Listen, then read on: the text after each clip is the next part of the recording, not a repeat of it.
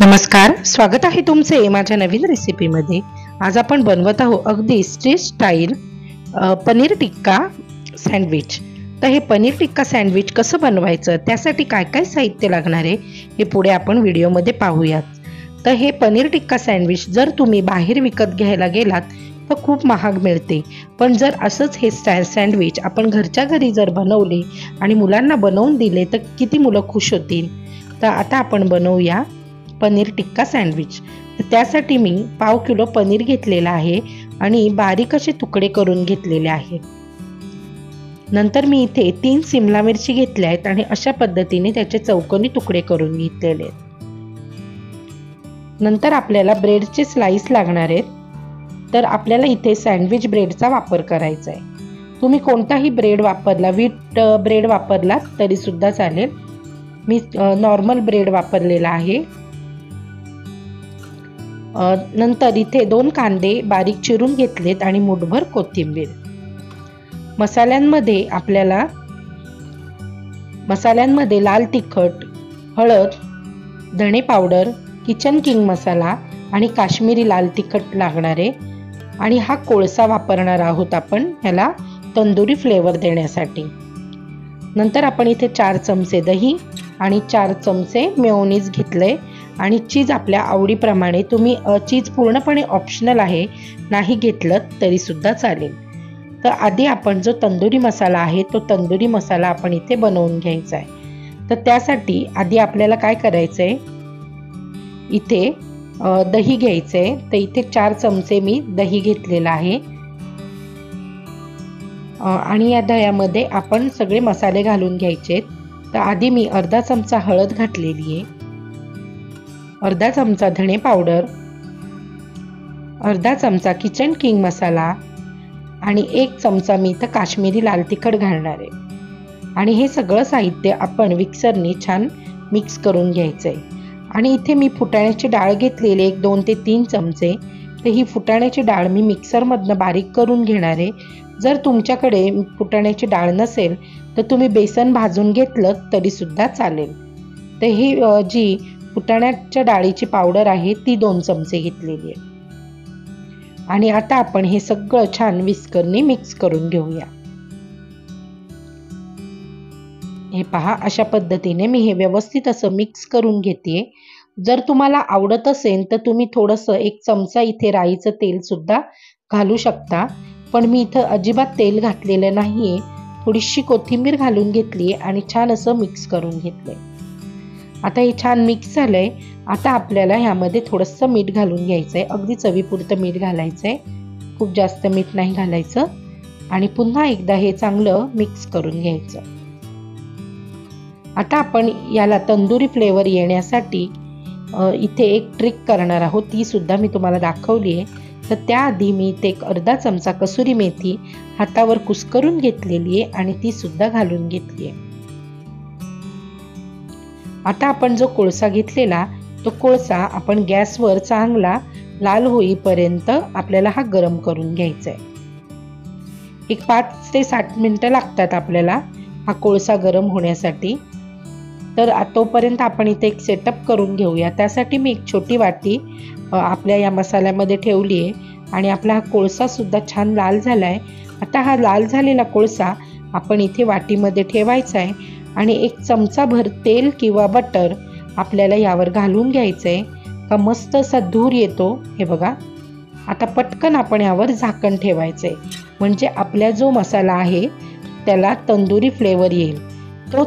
जो तंदुरी मसाला आपण जो म्हणतात तंदुरी मॅरिनेशन, हेच ते तंदुरी मॅरिनेशन।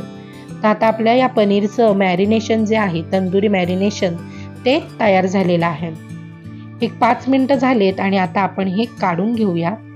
मस्त असा त्याला तंदुरीचा हे बसलेला आहे, छान तंदूरचा फ्लेवर बसलेला आहे मसाल्याला।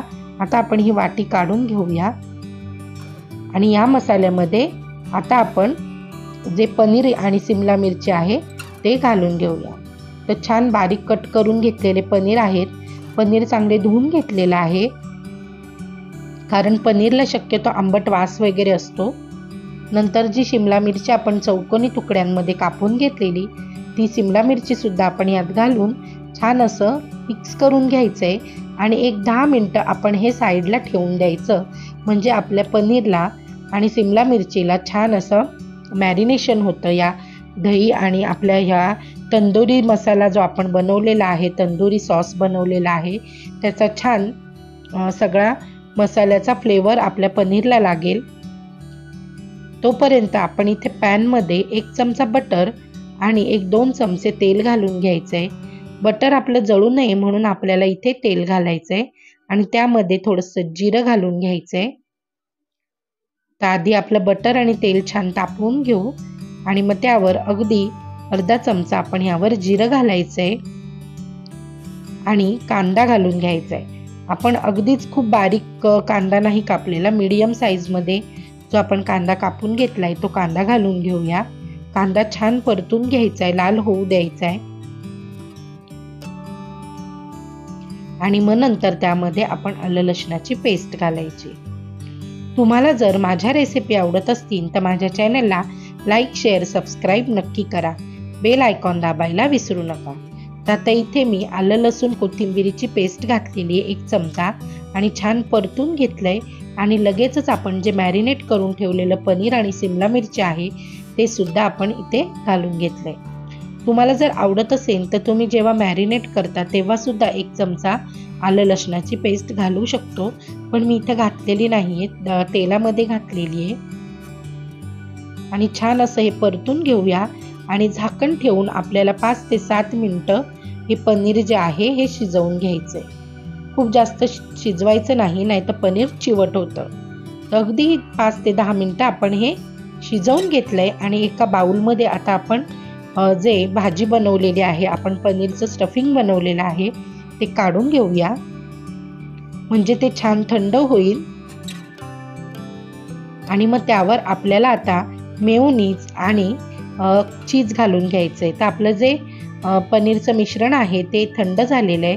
आता आपण ह्यावर 4 चमचे मेयोनीज घालून घेऊया आणि 1 किंवा 2 आपण चीजचे क्यूब इथे किसून घालणार आहोत. मेयोनीज टाकल्या त्याला खूप छान असं क्रीमी टेक्स्चर आलेलं आहे. जर तुम्हाला मेयोनीज वापरायचं नसेल ना तर तुम्ही इथे जी आपली दुधावरची साय असते घट्ट ती साय सुद्धा घालू शकता. आता आपण इथे चीज किसून घालूया.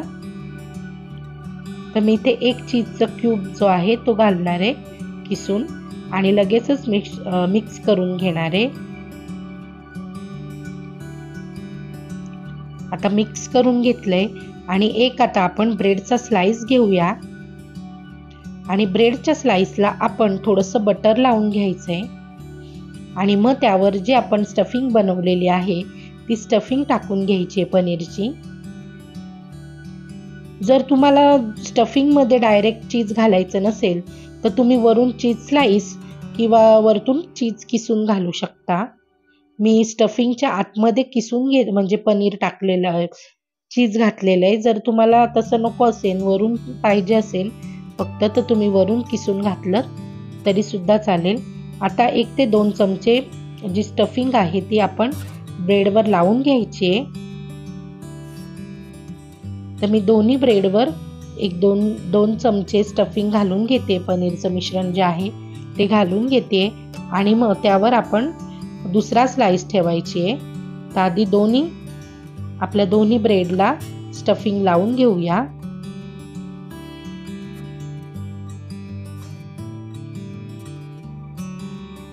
आणि आता आपण इथे ब्रेडचा स्लाइस ठेवून छान दाबून घ्यायचंय म्हणजे जे आपलं स्टफिंग आहे ते बाहेर येणार नाही. जर तुम्हाला यावर चीज स्लाइस ठेवायचं असेल तर तुम्ही चीज स्लाइस सुद्धा ठेवू शकता. आता थोडं बटर लावून घेतलंय आणि आता आपण हे जे ब्रेड आहेत हे ब्रेड आपण तव्यावर भाजून घ्यायचे. जर तुमच्याकडे टोस्टर असेल किंवा तुमच्याकडे मायक्रोवेव्ह ओव्हन वगैरे असेल तर तुम्ही त्यामध्ये सुद्धा हे जे सँडविच आहे हे ग्रिल करून घेऊ शकता. पण आता माझ्याकडे काही ग्रिलर वगैरे नाही आहे, त्यामुळे मी तव्यावरच हे ग्रिल करून घेते. किंवा ग्रिल पॅन सुद्धा मिळतो, त्याच्यावर सुद्धा तुम्ही अशाच पद्धतीने थोडंसं बटर टाकून आपला जो सँडविच आहे हे सँडविच चांगलं आपण भाजून घेऊ शकतो. तर गॅस मीडियम करायचा आहे आणि मीडियम गॅसवर आपल्याला हे दोन्ही ब्रेडचे जे सँडविच आहेत हे छान असं सँडविच आपल्याला गोल्डन रंग येईपर्यंत चांगले भाजून घ्यायचे.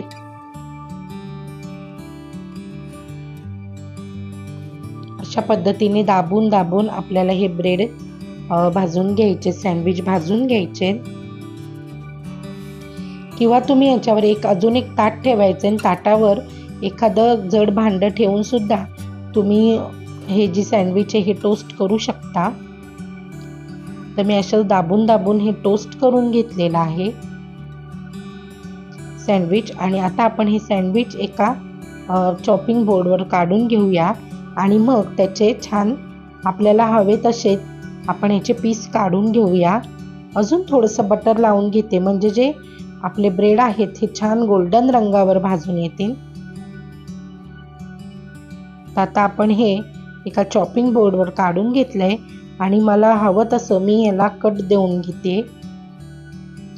जसं छान दिसेल त्या हिशोबाने आपल्याला याला कट देऊन घ्यायचा आहे. तर मी एका सँडविचचे 4 तुकडे करून घेणार आहे आणि अशा पद्धतीने मी मांडून घेतलेत आणि त्यावर मस्त असं चीज किसून घेते. तर तुम्हाला सुद्धा अशा रेसिपी आवडत असतील, तुमच्या मुलांना तुम्ही हे जे सँडविच आहे हे डब्यावर देऊ शकता. मुलं नक्कीच खुश होतील.